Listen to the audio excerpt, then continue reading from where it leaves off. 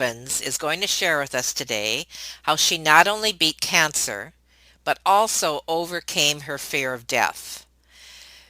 During her journey through this process, she was counseling others and going through chemo, and she was terrified, but nobody knew. You're going to enjoy listening to what Louise has to share with us today. Have you ever felt like giving up, quitting, throwing in the towel? Welcome to Never Ever Give Up Hope featuring Carol Graham. She's an author, health coach, and motivational speaker. Backed into a corner multiple times in her life, Carol shares with you stories on how she overcame some of the toughest obstacles a person can go through in life, but refused to give up hope. Rather than admit defeat, an opportunity was presented, and it involves each and every one of you. Carol will feature spectacular guests who will share their messages of hope, encouragement, and their inspiration to prove why life's adversities only make you stronger. And now, welcoming the host of the show, here's Carol Graham. Welcome to Never Ever Give Up Hope. Never Ever Give Up Hope is a show about people who have done just that. They never gave up, no matter what. With me today, I have a registered clinical counselor and author of the book, The Cancer Conundrum. Louise Evans is going to share her journey with us today, and I know it will inspire each of you. Welcome, Louise. Thank you, Carol. Thank you for that lovely introduction. And thank you also for the opportunity to speak today. Oh, absolutely. And we're going to have a great time. So let's start by you sharing a bit about your cancer story from the initial diagnosis. And of course, I know that fear is usually wrapped around that. So share a little bit about that and how you fought that fear. All right. I remember at the time I was working. I tend to be a little bit of a workaholic. And I was working part-time as a counselor and a hypnotherapist in private practice and part-time as a school counselor. And it came to the Easter break. We're looking at 2014. And for about 10 years, I'd had a numbness down my right arm and my right leg. It didn't bother me too much. It came roughly once a month for maybe a day or 2 days. And the doctors had done tests and told me there was nothing, so it must be migraine. Anyway, in 2014, it lasted 12 days, and I was really worried. I went to my doctor, and I was stunned when she found a lump in my right breast. After that, things happened so quickly. She said I had to go for a mammogram immediately, an ultrasound, and a few days later, I was getting a core biopsy. So I remember waiting for the results and being absolutely terrified. And when I was told that it was cancer, stage 3, grade 3, that was even worse. It was worse for my family and for myself. And what happened then was I began to look at the ways in which I could deal with this fear by journaling. That was my first way. I decided that I've always liked to write. And the only way to deal with this extreme emotion for me was the journaling. Did you do that every day? Yes, I did, especially when they started treatment. And I found also that what happened was they suggested that I have chemotherapy, surgery, and radiation. And at that time, it's very confusing to decide what you want to do. But my cancer was pretty advanced.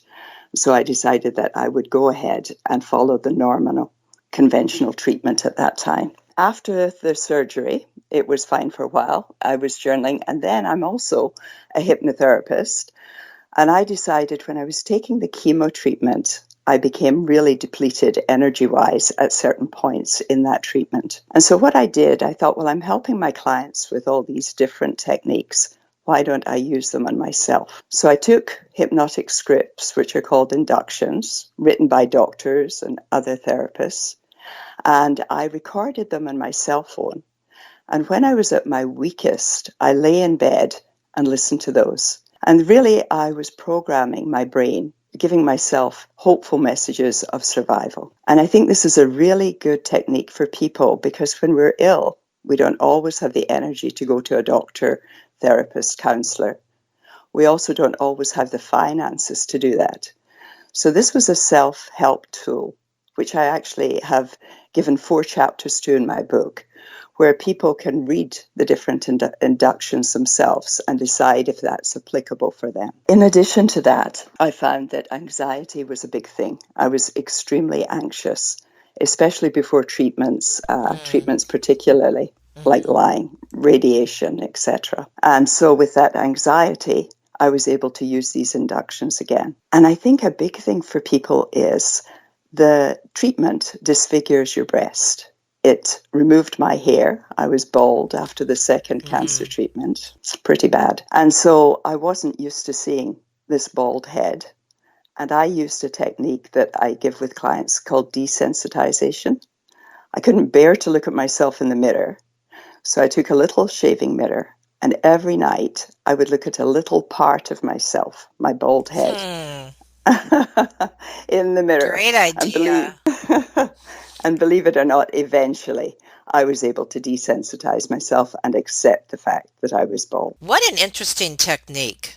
I think that can be used in many areas of our lives, can it? I agree. And another technique that I find quite helpful is a technique in Gestalt therapy, where you talk to body parts. So, for example, we suppress a lot of emotions. I was very afraid, very anxious.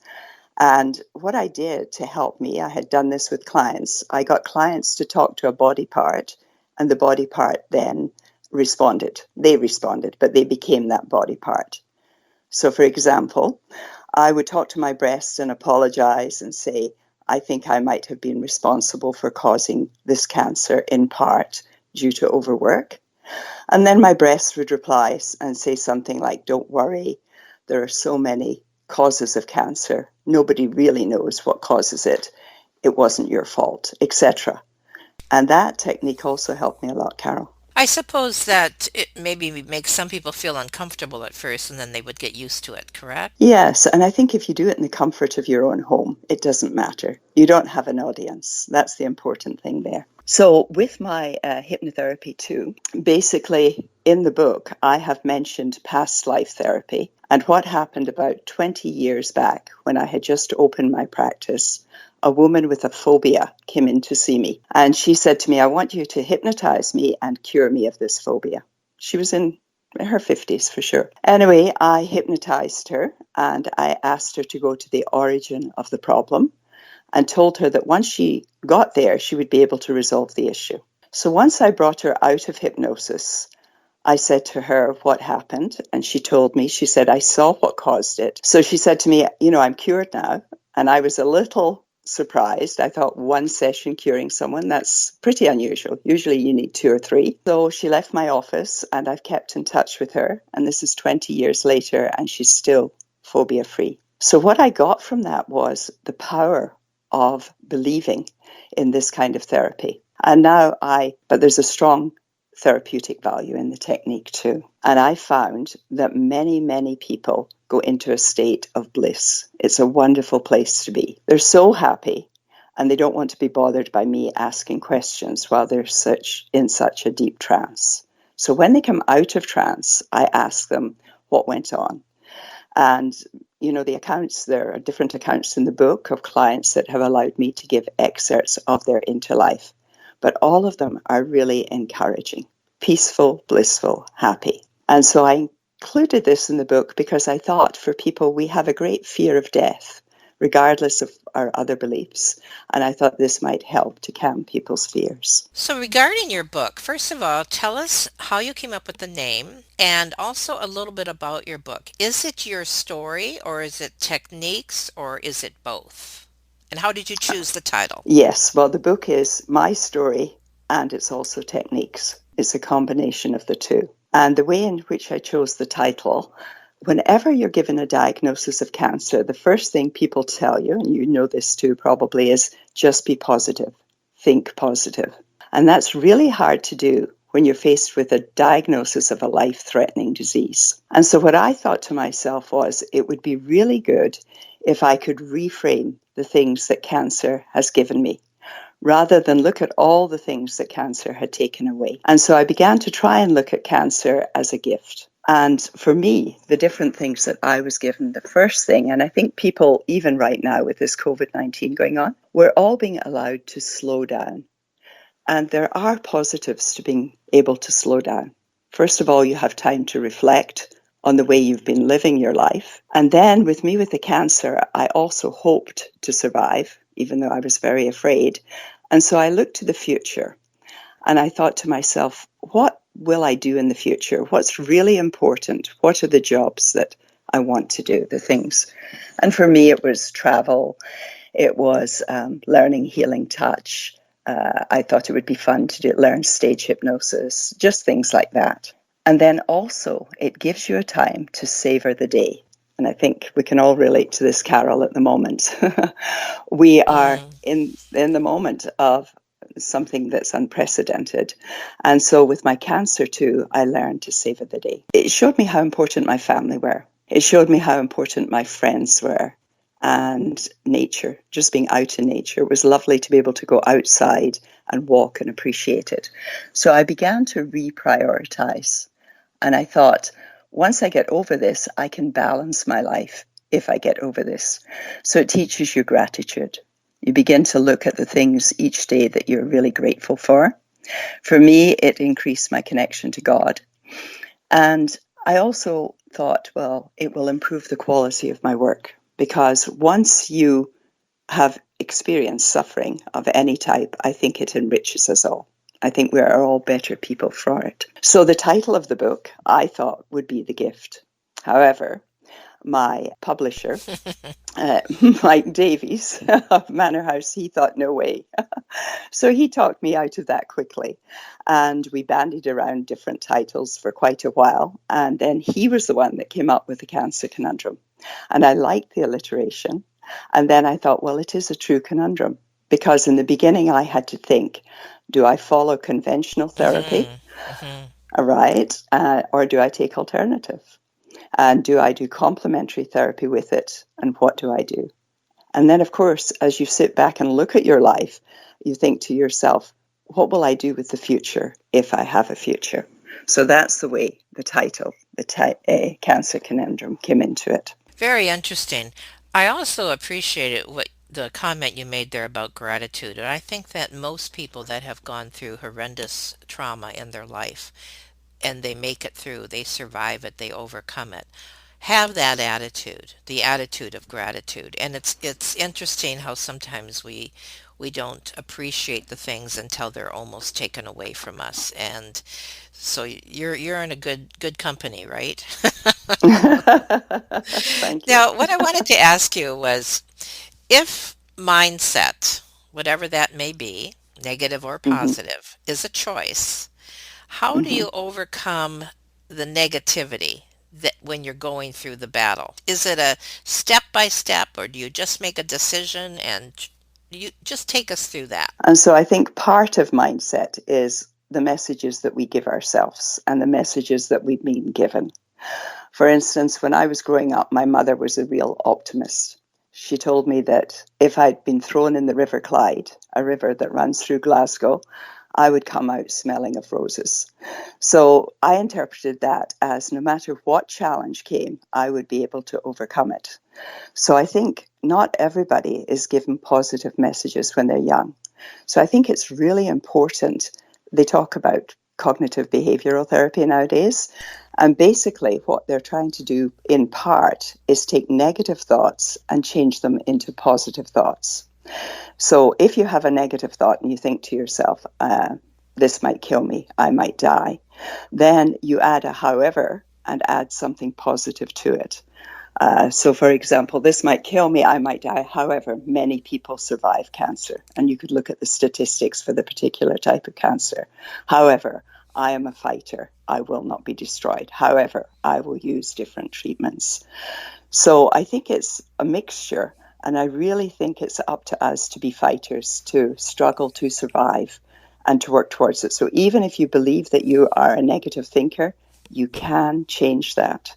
And I get clients sometimes to write positive messages and stick them on their fridge, stick them somewhere that they'll see daily so that they can continually look at this, because we can brainwash ourselves. And hypnotherapy, too, can give us very positive messages. It's been given a bad rap by stage hypnotists, but the way I use hypnotherapy, and most therapists would use it, it's like guided visualization. You really feed your brain the messages you want to give it. So you will see yourself in the future. You will manifest the healthy future that you want for yourself. You will see the immune system attacking the cancer cells. So I think we can do it on many different levels. And also, I believe that nature has a strong part. It's very important for me, and I'm sure lots of people, to get out into nature.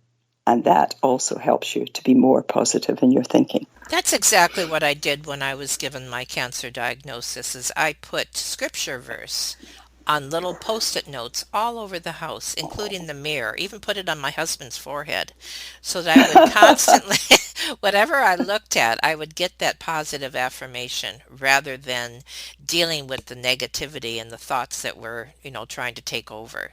So Yeah, essentially that's exactly what, and that was many years ago, so maybe I was ahead of hmm my time. you are. You're a therapist. Now tell us Okay. how did cancer change you as a person? You've addressed it a little bit, but I mean, are there things that you could share here? I know one of the things is mindset and looking at the hmm positive, but is there anything else that possibly could be a help to the listeners that may be going through something similar, something to look forward to that this, even though we have to go through that, can change me to make me a better person? I think it makes us kinder. I think if you have a lot of ego, that disappears because suddenly you are just the equal to every other human being on the planet. And with that kindness, I think you want to reach out. And you'll find that many cancer people, yourself, myself, lots of people, we want to help. So after we have survived, we want to enjoy life, of course, but I think this helping, this need to help others, and it's almost another sign of gratitude, saying thank you for letting me live, and this is how I'm going to use my life. So for me, I was able to form a group, a hypnotherapy group, and this was about, I think, 4 years ago. And my idea was to form a group so that the people would come. I would run it for 6 weeks. We would talk about our cancer. We would support each other, help each other. And I would hypnotize them in a very healing, positive way. And they would record these inductions on their cell phones and take them home. And if they wanted to replay them, they could do so. So the first group I ran, and that was good. I had a break. I advertised for the second group, and these people came along. And four have been steadfast throughout the 4 years. Now, others have come and gone, but these four people have remained. And they're all people who have had cancer or actively still have cancer. And so we're able to support each other and to look at the way that they all dealt with their cancer. So, how does it change us? It makes us want to help people. It makes us want to share with others. I think it makes us better people. We're willing to listen, but it also makes us enjoy life. So, Carol, since I've had it, I've done more with my life in the last 5 years than I probably did with 20 years. I really have made sure that time is of the essence. I know I have an expiration date, we all do. And so rather than think of that, I want to really create the best possible life, not just for myself, but for other people. That is so well said. I really appreciate that. And it's interesting because every single person that I've interviewed, and now we're into, I don't know, I think 350 people, or it's been at least, they all say the exact same thing. When they have gone through trauma, and hmm even while they're going through it, and especially after, they are motivated and passionate about helping somebody else. It hmm must be a human nature, a human aspect. What do you have anything to say to that? I know you already addressed it a little bit, but anything in your counseling sessions or whatever that where you see that that kind of evolves this desire to help other people? And what's interesting too is I used to think that people in the helping professions were the only people that wanted to help others. But over the years, not just with cancer people, but generally in my practice, I've been astounded. Every kind of occupation, every kind of lifestyle, the majority of people I've met have a need and a desire to help others. And I think this is intensified once you've been through suffering, once you've been through any kind of suffering, whether it be cancer or some other horrible disease. And so it definitely is a human trait, and it's a good human trait. Very well put. I appreciate that. And I think that there are many people that are going to be able to relate to that. Is there anything else that you want to share about any part of your journey or an encouragement to the audience? Yes, I'd like to share one particular piece. It's my visit to John of God. So nowadays, John of God, the man himself, has been, he acted misappropriately, misconduct. So he's no longer there in Brazil. But the healing was still going on, although the center itself with COVID-19 is closed at the moment. But anyway, at this time, John of God was known as an intuitive healer. So I went to Brazil with my husband in 2015. It takes place in a big hall called the Casa, and about 800 to 1,000 people were there. And we're sitting privately watching, or patiently watching. And I saw John go up to one woman. She was against the wall, and he moved his hand in a circular fashion around her stomach and her chest. Didn't touch her. And I thought, he's energetically anesthetizing her. And then he took what looked like a huge pair of forceps called a surgical clamp. He pushed it right down her nose, looked like it went into her throat, and turned it. She didn't scream out at all.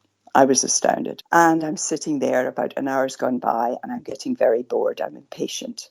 And I think to myself, Laurie was very melodramatic. There's just nothing supernatural happening here.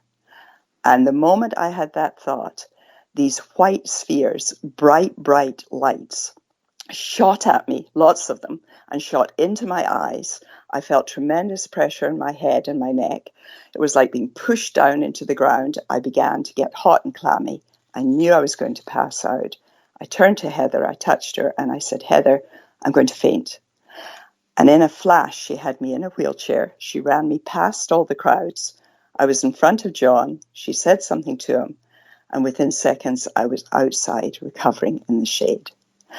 And it took me a few hours to realize that God had already sent his miracle to me. He'd already sent me help in the form of, whether you want to call it angels, but I already had my miracle. And I believe, Carol, that really helped me to this day. And so it's just an interesting part of my journey that I wanted to share. How long ago was that? That was in 2015. So this is like 5 years, 6 years now ago. What was it like the day that you received the new diagnosis that you were cancer free? That was wonderful. I must admit, I'm sure we all think our oncologists are just fantastic people. I won't name him, he's too modest, but it was just fantastic when he gave me the all clear and told me that the cancer had gone. And he still checks on me. Every 6 months I go to see him. But it's such a wonderful feeling. You feel elated. You feel on top of the world. I bet. And my gratitude to, I believe in God, obviously. My gratitude to God was intense. I was very grateful. And I'm very happy for all the people out there that are able to overcome the disease because we've been given extra time. I think everybody who is a survivor really appreciates that extra time. That's like having the gratitude on another level. Yes, I think so. So what would you like, if anything, to offer as a service or even as an encouragement to our audience today? And what would you like them to do? I think it's important for us all to remember our family and friends. I think when we get cancer, we tend to be quite self-involved initially, of course, but remember that the people around us have all of this added responsibility. they also need support. So remembering that too, they have a lot more to do. They have to take us to medical appointments. They have to do the tasks that we used to do. So I think as cancer survivors, it's important to know that our family also need help at that time. I think people should seek support and seek help. Look at what's out there. Educate yourself as to the type of treatments that you want. You might want to take unusual treatments, alternative therapies. So make sure that you go to people that are well trained. Learn as much as you can, as much as possible, I think, about the different treatments, the different options, whether it's going to be diet that you're going to follow, whether it's going to be something like a hyperthermia machine, ozone treatment, or the conventional treatments. Become as educated and make good decisions at that time. And of course, for me, my faith in God, my belief system, the support from my family and friends, all of these things, and a sense of humor. Use all the tools you have. But a sense of humor is really an important thing. And of course, I believe in hypnotherapy and counseling. And so that's important too. And if anybody wants my book is The Cancer Conundrum. It's on Amazon and you can get it at Indigo's and it's available in Britain as well. I assume that the passion you have now is far greater in your counseling sessions than it was before. Is that correct? Yes, I think that's true. I think I really connect with people on a much deeper level. And as you say, most of my clients didn't know. And to this day, I only tell the clients who have cancer that I've had cancer. I don't actually promote it that way, which seems strange.